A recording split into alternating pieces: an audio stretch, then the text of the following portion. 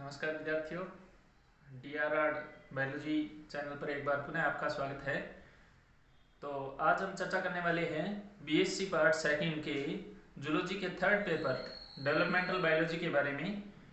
इस पेपर में आपके परीक्षा की दृष्टि से कौन से महत्वपूर्ण क्वेश्चन बनते हैं, इस पर अपन डिस्कस करेंगे। तो ऐसे विद्यार्थी जिन्होंने अब तक परिवर्धन जैविकी का अध्ययन नहीं किया है, अगर 2 से 3 बार कम से कम इस अपलोडेड वीडियो को भी देख लेंगे तो भी उनका बेड़ा पार हो जाएगा, उनकी नैया पार हो जाएगी। क्योंकि हमने कोशिश की है कि परीक्षा की दृष्टि से जो भी महत्वपूर्ण क्वेश्चंस आपके 500 यूनिट के बनते हैं वो मात्र इस एक वीडियो से कवर कर लिए जाएं।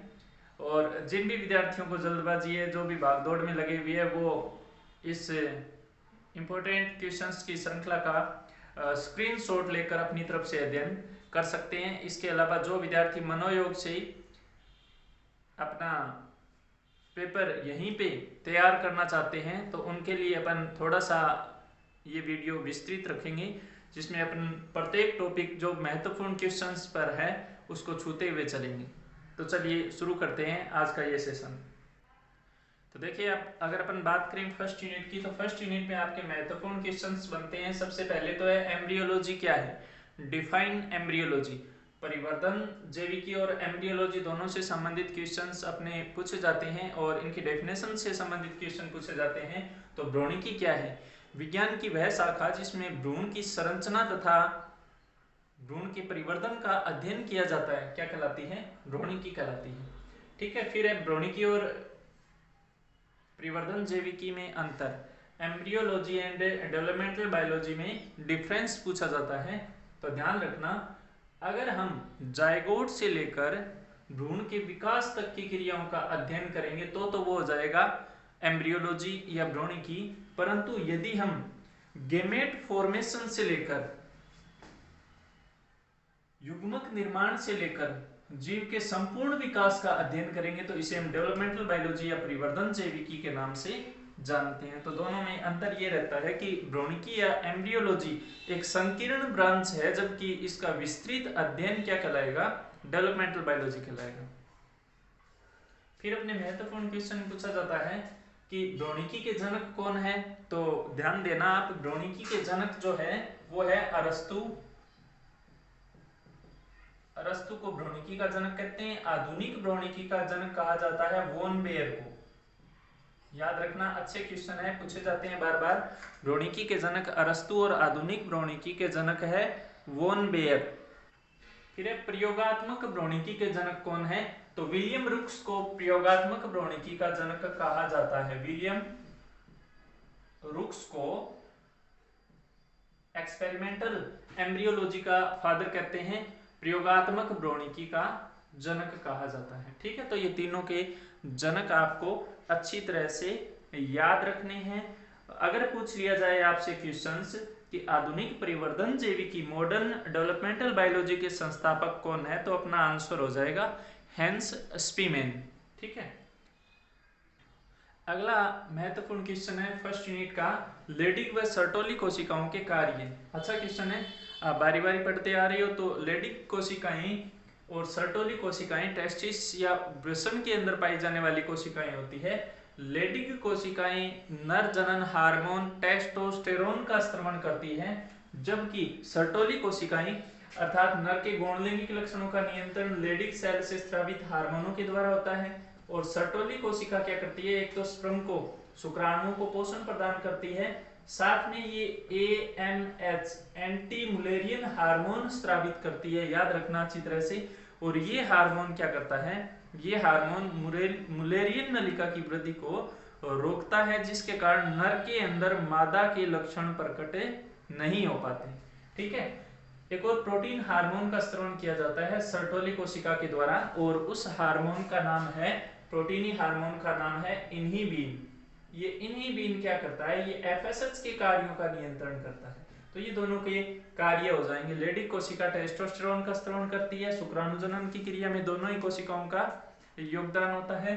सर्टोली कोशिकाएं एंटी मुलेरियन हार्मोन और इन्हीबिन प्रोटीन का स्रवण करती है। एंटी मुलेरियन हार्मोन नर के अंदर मादा के लक्षणों को विकसित होने से रोकता है, जबकि इन्हीं बीन क्या करती है, एफएसएच के कार्यों का नियमन करता है। ठीक है, चलिए बढ़ते हैं अगले क्वेश्चन की तरफ।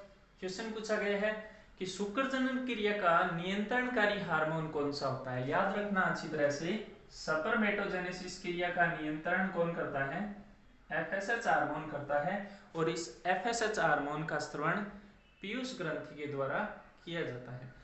अगला आपका क्वेश्चन है, वृषण क्रिया का हार्मोनल नियंत्रण किस प्रकार से होता है। इंपॉर्टेंट क्वेश्चन है, बढ़िया क्वेश्चन है, तो आपको ध्यान रखना है कि हाइपोथैलेमस के द्वारा एक हार्मोन रिलीज किया जाएगा और उस हार्मोन को कहते हैं GnRH, गोनेडोट्रोपिक रिलीजिंग हार्मोन, और ये हार्मोन पिट्यूटरी ग्लैंड को प्रेरित करता है किसके लिए, एफएसएच और एलएच स्रवण करने के लिए।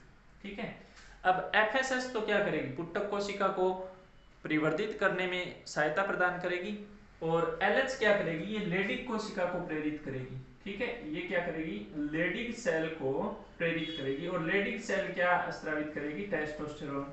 यहाँ ध्यान देना थोड़ा सा, वृषण क्रिया पर हार्मोनल नियंत्रण महत्वपूर्ण क्वेश्चन है। हार्मोनल नियंत्रण की जो क्रिया है अंडाशय और वृषण में इसी प्रकार से होती है, ये आपको अच्छी तरह से याद रखना है कि वृषण के अंदर जो हार्मोन का नियंत्रण होता है वह हाइपोथैलेमस के द्वारा स्रावित GnRH के द्वारा होता है। यह हार्मोन पिट्यूटरी ग्लैंड को एफएसएच और एलएच स्रवण के लिए प्रेरित करता है, और पिट्यूटरी ग्लैंड से स्रावित ये एफएसएच हार्मोन पुट्टक कोशिका की वृद्धि को प्रेरित करेगा, सर्टोली कोशिका का नियमन करेगा, एलएच लेडिक सेल को प्रेरित करेगा किसके लिए, टेस्टोस्टेरोन के स्रवण के लिए। तो ये आपको ध्यान में रखना है। अगला अपना क्वेश्चन है, एम्ब्रियोजेनेसिस और ब्लास्टोजेनेसिस में क्या अंतर है। देखिए बहुत सारे क्वेश्चन तो अपने शब्दों के द्वारा ही यहीं पर सोल्व कर सकते हैं, इनको रटने की आवश्यकता नहीं होती।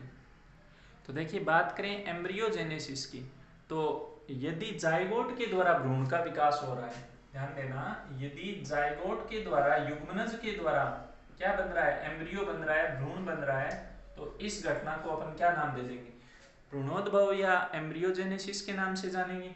जबकि यदि कोरक खंडों के द्वारा, और यह घटना होती है अलैंगिक जनन के दौरान, कोरक खंडों के द्वारा भ्रूण विकसित हो रहा है, तो इसे ब्लास्टोजेनेसिस के नाम से जानते हैं। यह कोरक खंड कोई शरीर का पार्ट हो सकता है, यह जेम्यूल हो सकता है, बीजाणु हो सकता है, यह मुकुल हो सकता है, या शरीर का कोई पार्ट हो सकता है।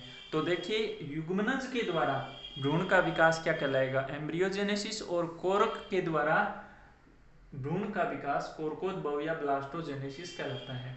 अगला क्वेश्चन है आपका, शुक्राणु की स्ट्रक्चर का डायग्राम बनाना है आपको, तो ये याद कर लेना, अगर भाग, मध्य भाग और पूंछीय भाग। फिर एक परिपक्व ग्रेफिन पुटिका का डायग्राम बनाना है जिसमें आपको द्वितीयक ओसाइट को शो करना है। अगला है शुक्रजनन और अंडजनन में अंतर। अच्छा क्वेश्चन है, तो देखिए आप सारे जानते हो कि शुक्रजनन की क्रिया वृषण में होती है और अंडजनन की क्रिया कहाँ होती है, अंडाशय में होती है।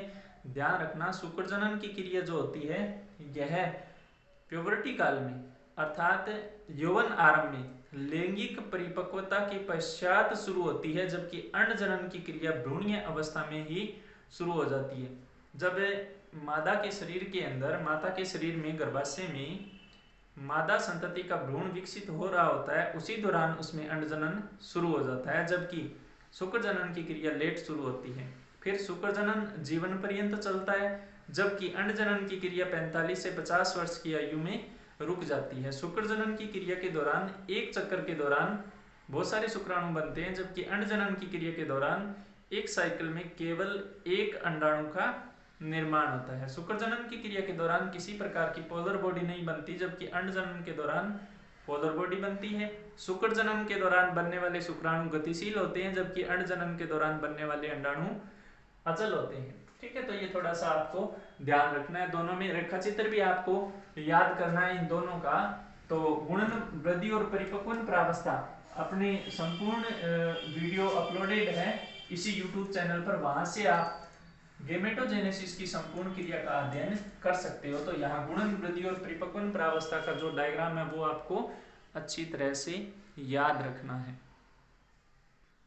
फिर देखिए अंडों के प्रकार, टाइप ऑफ ओव्यूम। तो ये एक तो पित्तक के वितरण के आधार पर हो जाएंगे, एक हो जाएंगे पित्तक की मात्रा के आधार पर।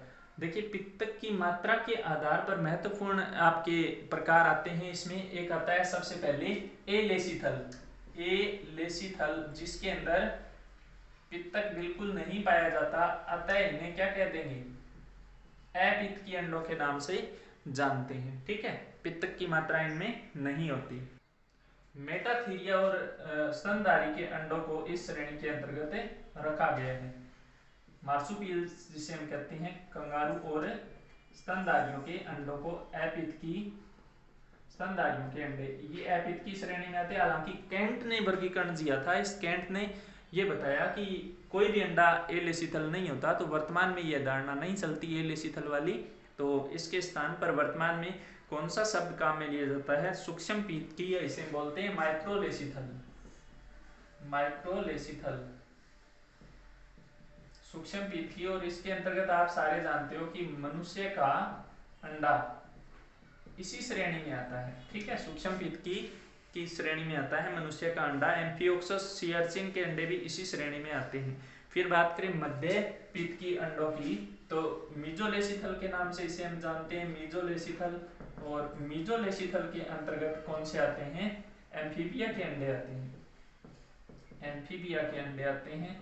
मेंढक का अंडा किस में आएगा, मीजोलेसिथल के अंतर्गत आ रहे हैं, मेंढक का अंडा मीजोलेसिथल के अंतर्गत आता है। और फिर क्वेश्चन में आपसे पूछा भी गया है अतिपीत की, जिसे हम मैक्रोलेसिथल के नाम से जानते हैं। अतिपीत की अंडों के एग्जाम्पल आपसे पूछे गए हैं, तो याद रखना पक्षियों के, रेप्टाइल के और कीटों के अंडे, एवीज, रेप्टाइल एंड इंसेक्ट,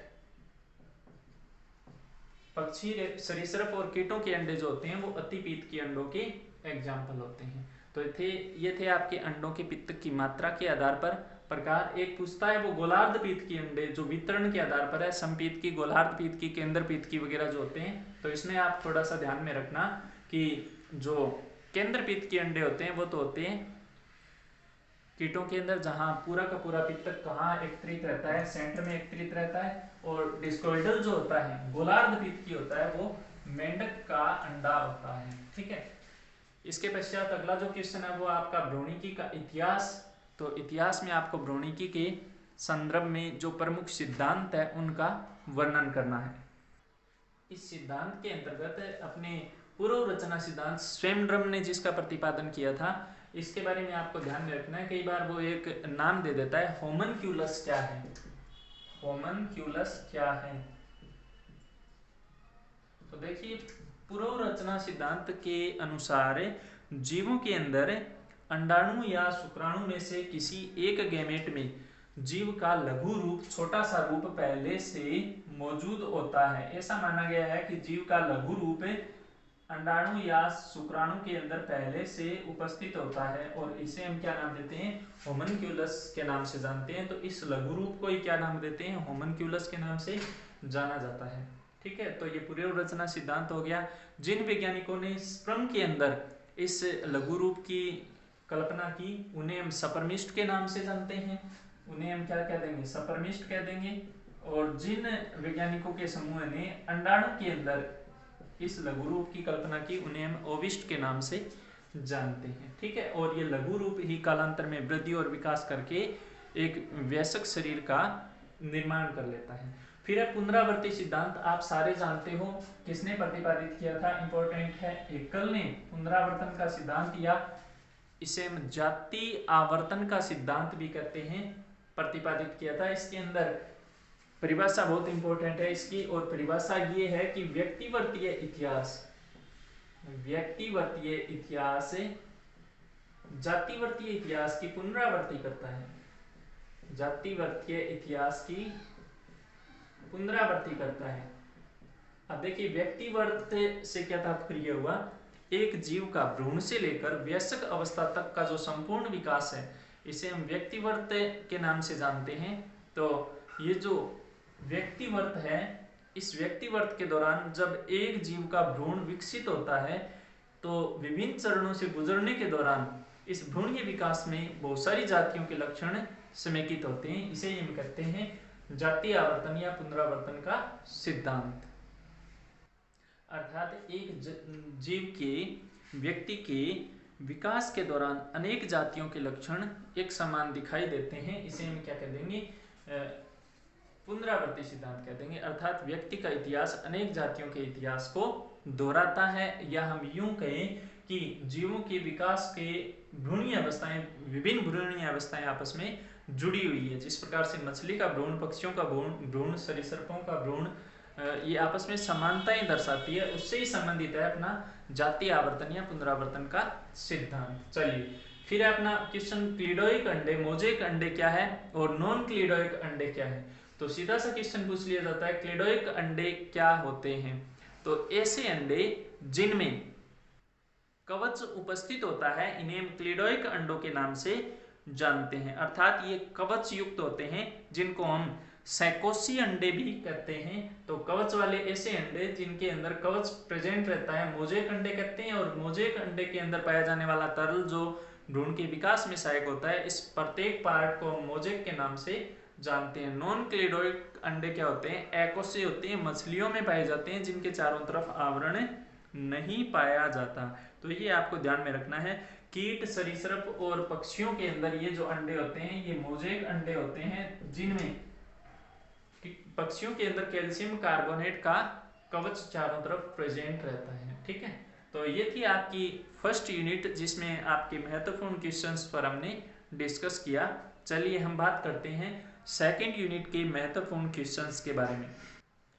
तो सेकंड यूनिट में आपसे क्वेश्चन पूछा जाता है मेंस्ट्रुअल साइकिल तथा एस्ट्रस साइकिल में डिफरेंस क्या रहता है, रज चक्र और मध्य चक्र में अंतर क्या रहता है। तो सबसे पहले तो ध्यान देना, मेंस्ट्रुअल साइकिल या रज चक्र जो होता है ये प्राइमेट मादा मनुष्य, बंदर, चिंपैंजी इनके अंदर पाया जाने वाला एक प्रजनन चक्र है, जिसके दौरान रक्त स्रवण, फिर पूर्व अंडोत्सर्ग, फिर अंडोत्सर्ग और फिर पश्च अंडोत्सर्ग प्रावस्थाएं आती है।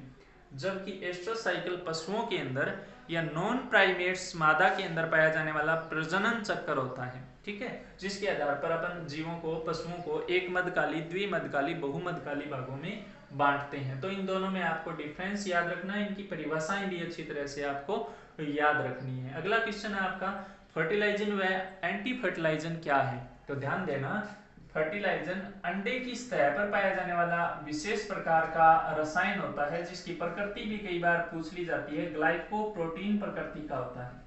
ठीक है, जबकि एंटी फर्टिलाइजन स्पर्म या शुक्राणु की सतह पर पाया जाने वाला लिपोप्रोटीन प्रकृति का रसायन होता है।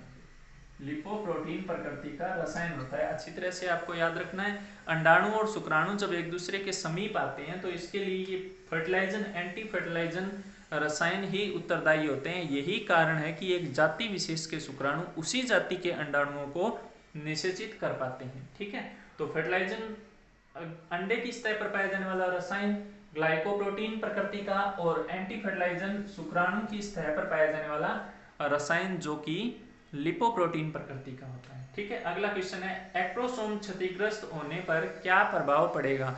सीधी सी कहानी है, आप सारे जानते हो कि एक्ट्रोसोम क्या करता है। एक्ट्रोसोम शुक्राणु के अगर भाग को कहते हैं और इस भाग के द्वारा एक एंजाइम स्रावित किया जाता है जिसे हम हाइलुरोनिडेज एंजाइम कहते हैं।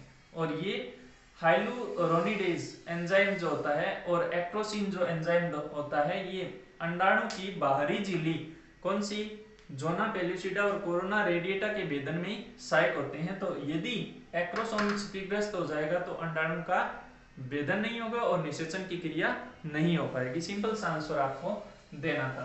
अगला क्वेश्चन है आपका जरायुजता क्या है।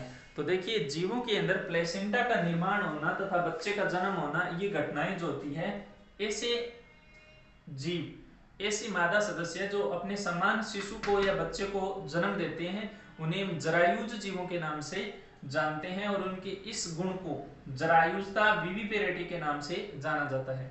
ऐसे जीव जो अंडे देते हैं उन्हें हम ओविपेरेटी के नाम से जानते हैं। ये भी ध्यान रखना, पक्षी क्या होते हैं? ओविपेरेटी होते हैं, स्तनधारी विविपेरेटी होते हैं।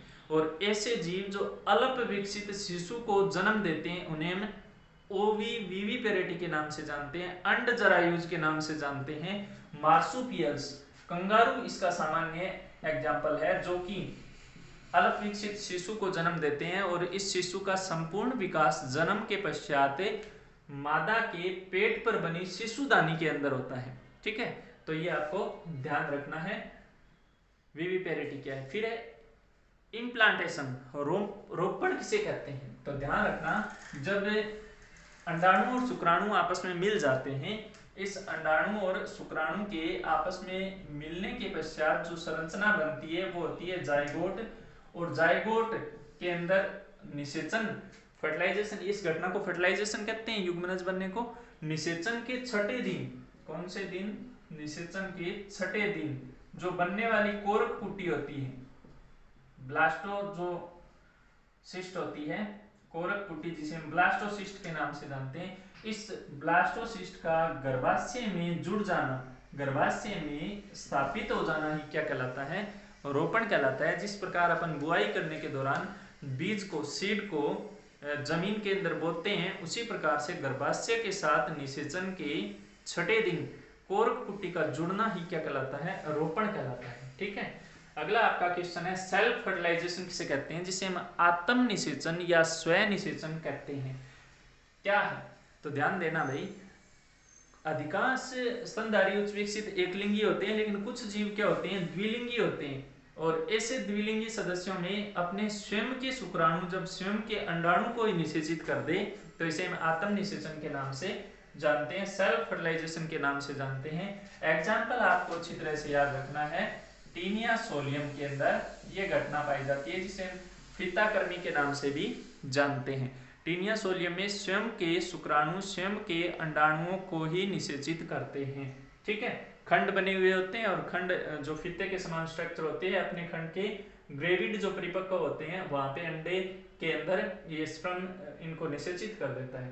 तो एक ही जीव के अंदर स्वयं के शुक्राणुओं का स्वयं के अंडाणुओं से होने वाला संयोजन सेल्फ फर्टिलाइजेशन है। ठीक है, अर्थात एक जीव के स्वयं के शुक्राणु यदि स्वयं के अंडाणु को निषेचित करे तो इसे हम सेल्फ फर्टिलाइजेशन कहते हैं। फिर है बहुशुक्राणुता, पॉलीस्पर्मी किसे कहते हैं? देखिए, आमतौर पर क्या होता है, एक अंडाणु को एक शुक्राणु निषेचित करता है, अर्थात एक अंडाणु में एक ही स्पर्म प्रवेश करता है। लेकिन कई बार क्या होता है, एक शुक्राणु में जब एक अंडाणु में जब एक से अधिक स्पर्म प्रवेश कर जाए तो इसे हम पॉलीस्पर्मी अवस्था के नाम से जानते हैं। याद रखना भाई, पॉलीस्पर्मी अवस्था क्या होती है? जब एक अंडे को एक से अधिक स्पर्म फर्टिलाइज करे। देखो ये अंडा है और इसके बहुत सारे ये इस प्रकार से स्पर्म प्रवेश करते हुए इसे क्या कर देते हैं? फर्टिलाइज कर देते हैं। तो इस घटना को क्या नाम देते हैं? इस घटना को अपन कह देंगे बहुशुक्राणुता निषेचन या पॉलीस्पर्मी के नाम से जानते हैं। अगली परिभाषा है आपकी अनिषेक जनन किसे कहते हैं? तो अंडा है और अंडे से बिना निषेचन के ही, बगैर निषेचन के ही भ्रूण का विकास हो गया, भ्रूण बन गया, तो इसे हम क्या कह देंगे? अनिषेक जनन कह देंगे, या इसे हम पार्थेनोजेनेसिस के नाम से जानते हैं। और ऐसी संतति क्या कहलाती है? पार्थिनोट कहलाती है, पार्थिनोट। तो परिभाषा क्या हो जाएगी? अंडे से बिना निषेचन के ही भ्रूण का विकास होना, संतति का विकास होना अनिषेक जनन कहलाता है, पार्थिनोजेनेसिस कहलाता है। बनने वाली संतति को पार्थिनोट के नाम से जानते हैं। छिपकली के अंदर ये घटना पाई जाती है, एफिड्स के अंदर भी ये घटना पाई जाती है, पीरू नामक पक्षी के अंदर भी सामान्यतः अनिषेक जनन पाया जाता है। देखिए, निषेचन शंकु किसे कहते हैं और निषेचन झिल्ली किसे कहते हैं? छोटी छोटी परिभाषाएं हैं, आप यहीं पर 2 बार कम से कम 3 बार इस वीडियो को सुनोगे, बिल्कुल यहीं पे तैयार हो जाएगा ये पूरा का पूरा टॉपिक आपका। कहीं से एक्स्ट्रा आपको पढ़ने की आवश्यकता नहीं है, बिल्कुल आसान सा अपना ये 3rd पेपर है, तो इसको यहीं पे आप कवर करने की कोशिश करना। निषेचन शंकु किसे कहते हैं?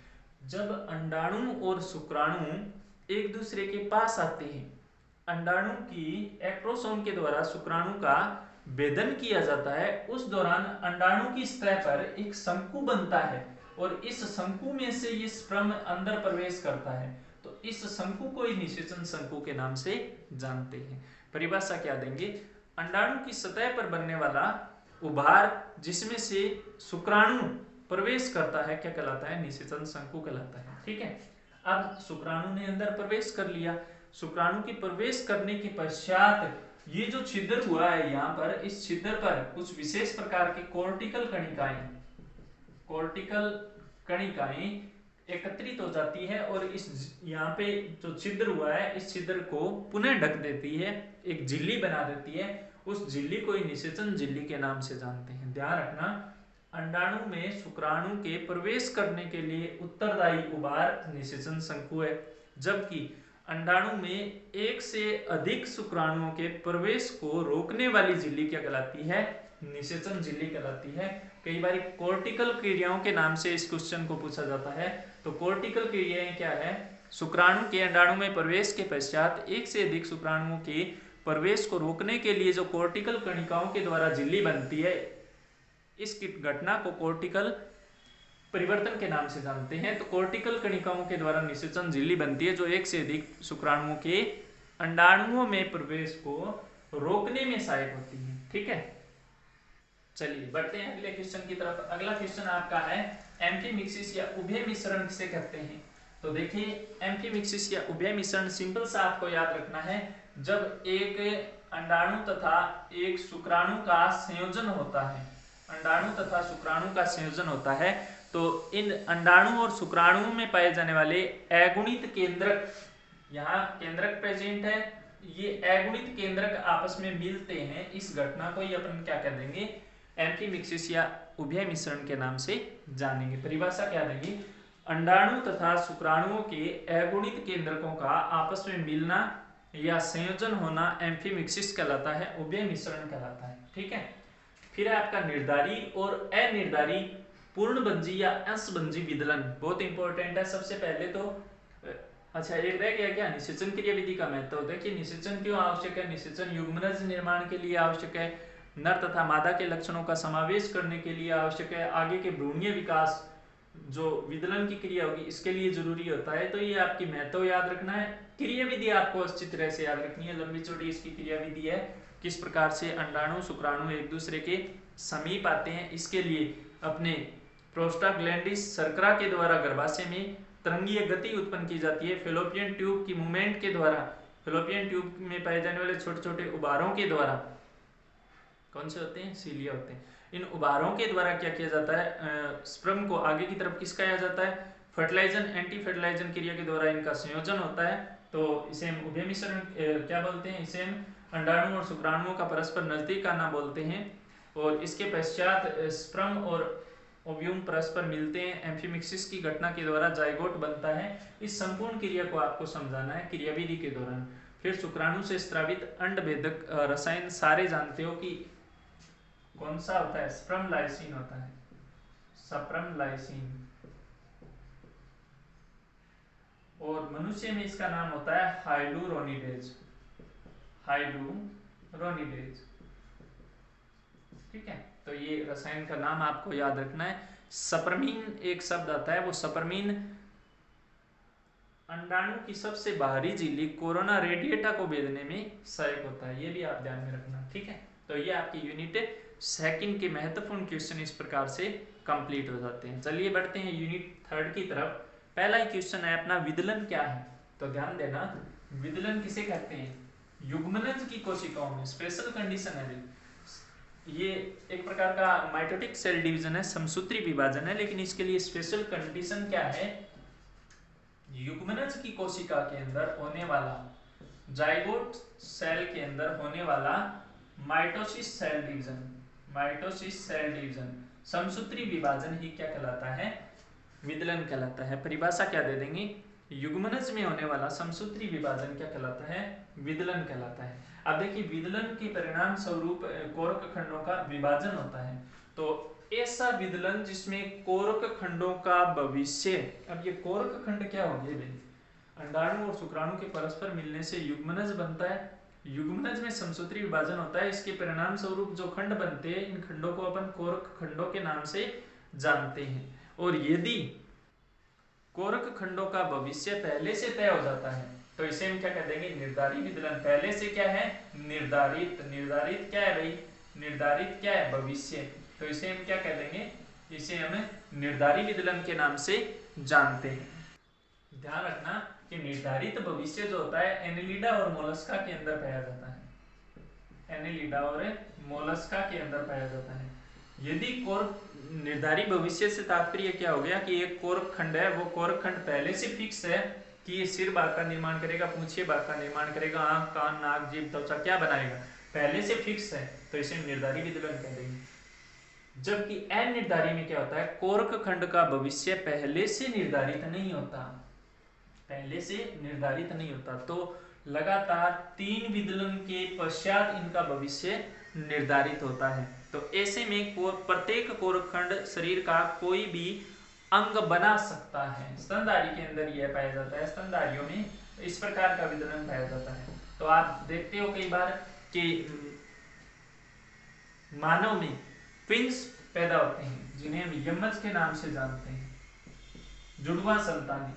तो देखिए एक कोरक खंड है और इस कोरक खंड में विभेदन हो गया, 2 कोरक खंड बन गए और दोनों ने गर्भाशय के साथ अलग अलग जुड़ गए, अलग अलग रोपण कर लिया। तो इस स्थिति में ये दोनों कोरक खंड अगर अनिर्धारित होंगे तभी प्रत्येक कोरक खंड पूर्ण विकसित शरीर का निर्माण करेगा, अदरवाइज तो आधे भाग का ही निर्माण हो पाएगा।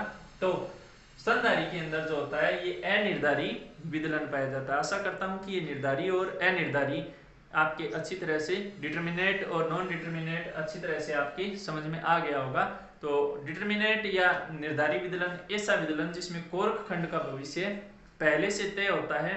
ऐसे में यदि इन कोरक खंडों को अलग कर दिया जाए तो प्रत्येक कोरक खंड शरीर के आधे भाग का ही निर्माण कर पाएगा, संपूर्ण शरीर का निर्माण नहीं होगा। जबकि अनिर्धारित विदलन के दौरान यदि कोरक खंडों को अलग कर दिया जाए तो प्रत्येक कोरक खंड के द्वारा संपूर्ण शरीर का निर्माण कर लिया जाएगा। ठीक है, स्तनधारियों के अंदर क्या पाया जाता है, अनिर्धारित विदलन पाया जाता है। ध्यान रखना है आपको। पूर्णभंजी और अंशभंजी विदलन, देखिए अंश थोड़ा सा पार्ट, यदि कोरक खंड के अंदर मान लो यदि अंडे के अंदर ब्लास्टोमियर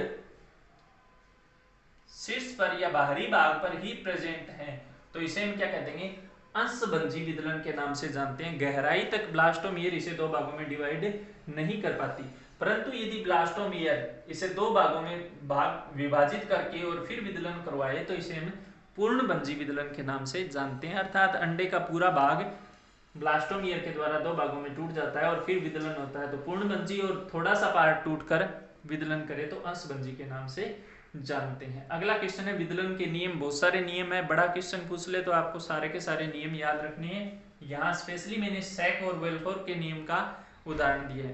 तो सैक ने ये बताया कि प्रत्येक जीव में कोशिका के अंदर उसके समान नई कोशिका बनती है और एक विदलन होने के पश्चात अगला जो विदलन होता है ये इसके समकोणिक होता है। ठीक है, तो ये नियम सैक का नियम कहलाता है। बेल्फोर का नियम बहुत ज्यादा इंपॉर्टेंट है। बेल्फोर का नियम क्या कहता है कि विदलन की दर पित्तक की मात्रा के व्युत्क्रमानुपाती होती है।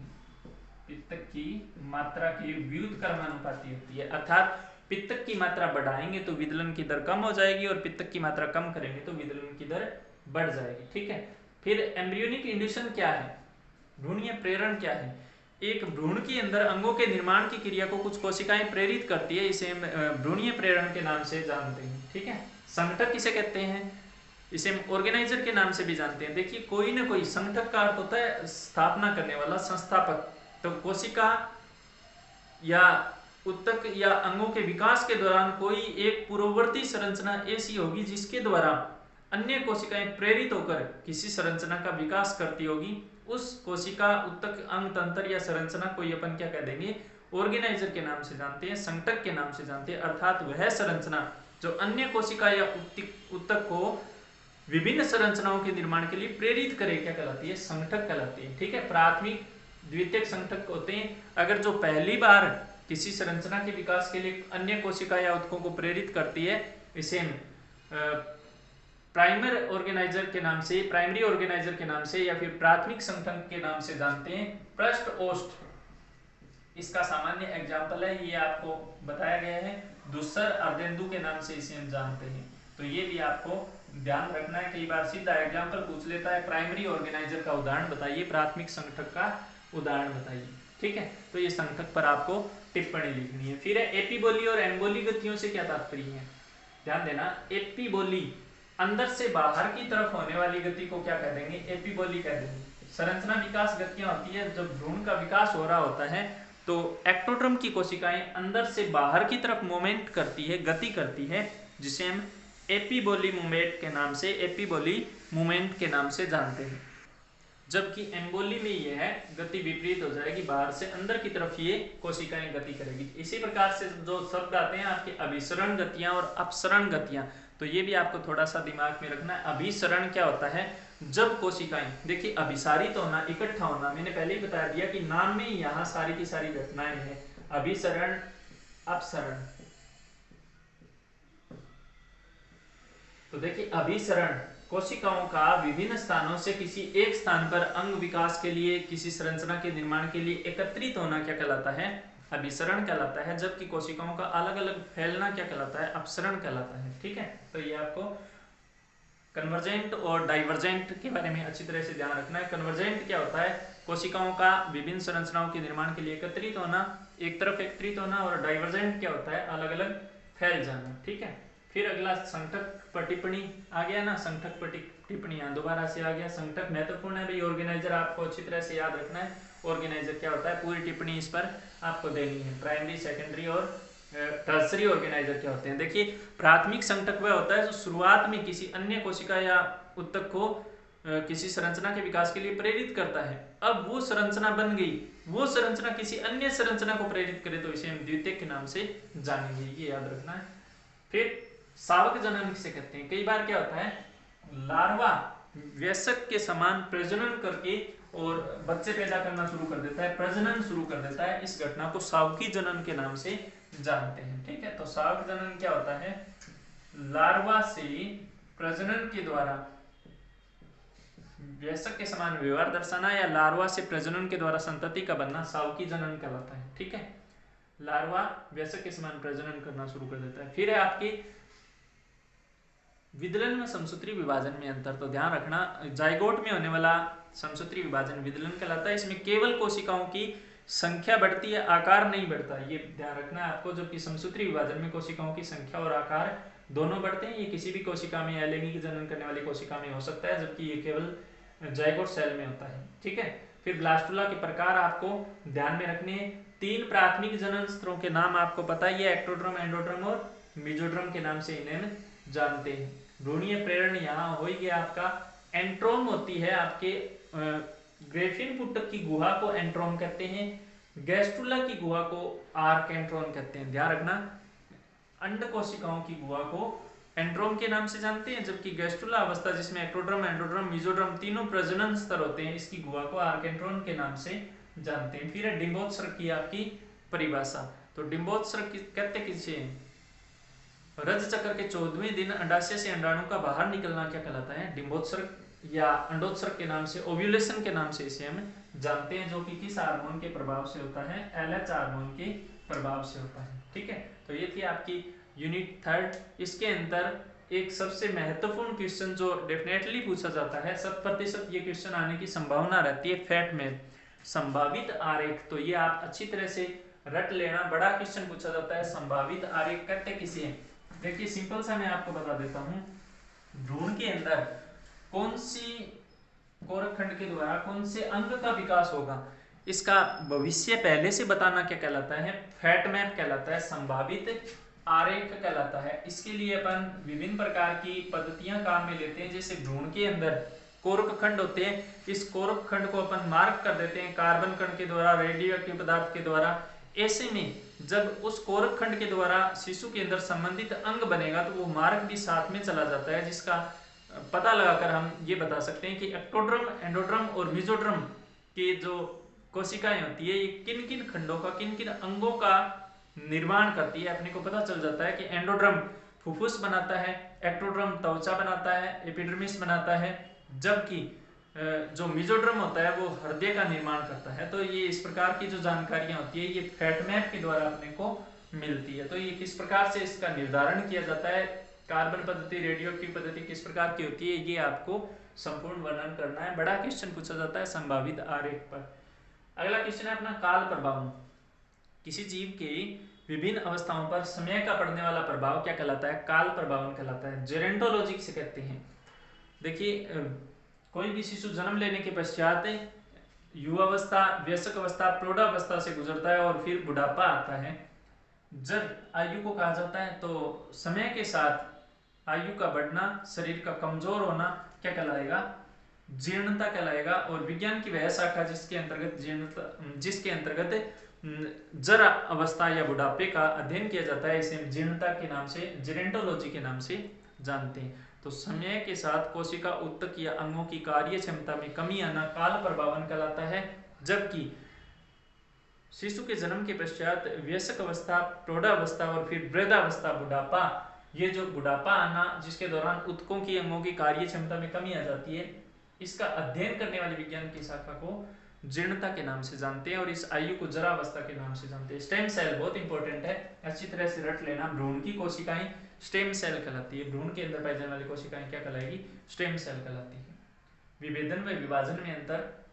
विभाजन में कोशिकाओं की संख्या बढ़ती है, जबकि विभेदन में कोशिकाएं विभिन्न कार्यों के लिए रूपांतरण करना शुरू कर देती है। ठीक है, तो ये दोनों में डिफरेंस हो जाएगा। विभेदन के दौरान कोशिकाएं विभिन्न कार्यों के लिए अपने आप को रूपांतरित करना शुरू कर देती है। एक्टोड्रम की कोशिकाएं अलग आकार, आकृति, संरचना, कार्यों में परिवर्तित हो जाएगी। मेसोड्रम की अलग हो जाएगी और एंडोड्रम की अलग हो जाएगी। इसे हम विभेदन कहते हैं। जबकि विभाजन में ऐसा नहीं होता, केवल कोशिकाओं की संख्या में वृद्धि होती है। पुनरुद्भवन किसे कहते हैं, किसी भी कोशिका ऊतक या अंग के द्वारा उसके समान नया कोशिका ऊतक या अंग बनाने की घटना को पुनरुद्भवन के नाम से जानते हैं। तो ये आपको याद रखना है। फिर आंख व पाद निर्माण की क्रिया, बड़ा क्वेश्चन है, त्वचा परिवर्तन का बड़ा क्वेश्चन है। तो यहाँ पर आंख और पाद निर्माण की क्रिया को आपको बड़े क्वेश्चन के रूप में अच्छी तरह से याद रखना है। डीलेमिनेशन किसे कहते हैं, एक्टोड्रम, एंडोड्रम, मेसोड्रम की कोशिकाओं में क्या होता है, विभेदन होता है, अर्थात इनका विस्त्रीकरण होता है। डीलेमिनेशन क्या करते हैं, अपने मार्कशीट पर लेमिनेशन चढ़वाया होता है और वो खराब हो गया तो अपने फोटोस्टेट की दुकान पे जाते हैं, वो उसको गर्म करके लेमिनेशन उतार देता है। सेम वही क्रिया डीलेमिनेशन। तीनों स्तरों की कोशिकाएं प्रारंभ में एक साथ होती है।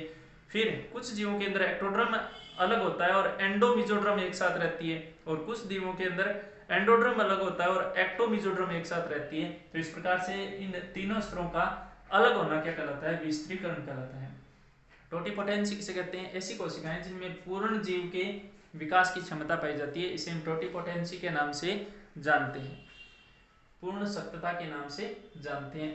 यदि एक कोशिका में जीव के संपूर्ण अंगों के निर्माण की क्षमता होती है तो इसे हम टोटिपोटेंट सेल के नाम से, पूर्ण शक्त कोशिका के नाम से जानेंगे। स्टेम सेल के अंदर ये क्षमता पाई जाती है। और इससे संबंधित आपकी बहुक्षम और अनेकक्षम कोशिकाएं होती है। कुछ में संपूर्ण शरीर के निर्माण की क्षमता होती है, कुछ में कुछ विशेष खंडों के अंगों के निर्माण की क्षमता होती है और कुछ में विशेष स्तरों के निर्माण की क्षमता होती है। तो ये तीनों शब्द आप अच्छी तरह से याद रख लेना। तो यहाँ पे आपकी चौथी यूनिट के महत्वपूर्ण क्वेश्चन कंप्लीट हो जाते हैं। क्वेश्चन फिफ्थ यूनिट के है प्लेसेंटल अपरा निर्माण किसे कहते हैं, अपरा के कार्य।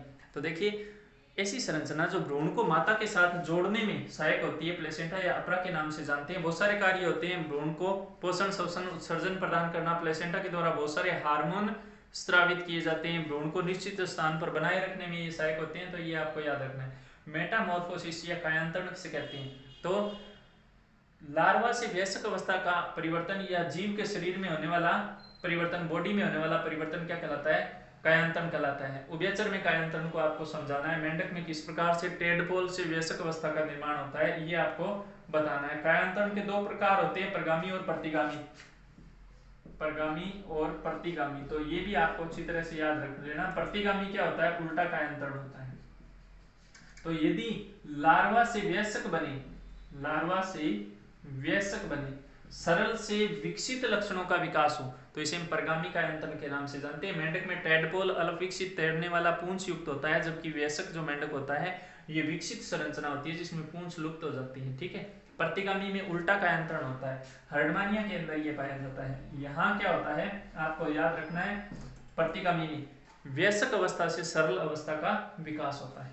अगला आपका पात्र निषेचन किसे कहते हैं, तो पात्र के अंदर निषेचन करवाना किसके द्वारा, कोर खंडों के द्वारा या फिर ऊतकों के द्वारा पात्र के अंदर निषेचन करवाते हुए अंगों का या संपूर्ण शरीर का विकास करवाना पात्रीय निषेचन कहलाता है।